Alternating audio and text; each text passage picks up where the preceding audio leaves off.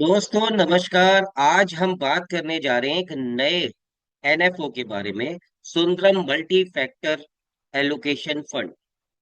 तो क्या है ये एनएफओ और कैसे ये एनएफओ खास है, तो हम इसके बारे में बात कर लेते हैं। देखिए, जब भी कोई एनएफओ आता है वो बहुत सी रिसर्च करके और बैक टेस्टिंग रिजल्ट्स के ऊपर आता है। बैक टेस्टिंग रिजल्ट्स मींस कि अगर ये फंड चल रहा होता पहले से 10 साल से, तो ये क्या रिजल्ट दे रहा होता।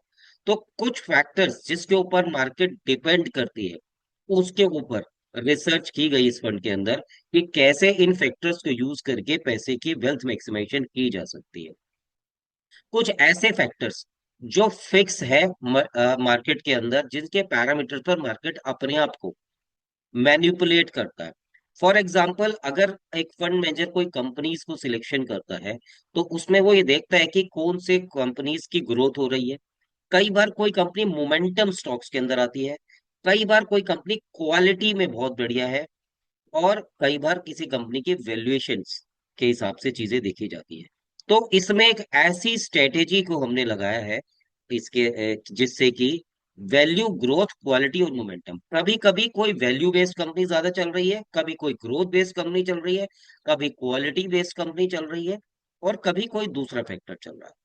तो ये चार फैक्टरों के अंदर कहाँ कितनी रेशो के अंदर पैसे को घटाना बढ़ाना है, इसको एक रूल बेस्ड स्ट्रेटेजी से इस फंड के अंदर किया गया है। डेफिनेटली एक एक ऐसा सिस्टम डेवलप करने के लिए किया गया है कि जिससे रिस्क आपके फंड के ऊपर कम रहे, और रिटर्न्स को स्टेबिलिटी से, कंसिस्टेंसी से बनाया जा सके, जो लॉन्ग टर्म के अंदर एक बहुत बेहतरीन रिजल्ट दे सके। तो ये इस फंड के बारे में और डिटेल्स जानने के लिए आप हमसे संपर्क कर सकते हैं। और इस फंड का जो पीरियड है वो 2 जुलाई से 16 जुलाई 2025 तक है।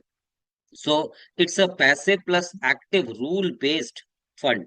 तो डेफिनेटली एक ब्लॉकबस्टर फंड है ये, और इसको हम अपने पोर्टफोलियो में रखने के बारे में सोच सकते हैं। Thank you very much.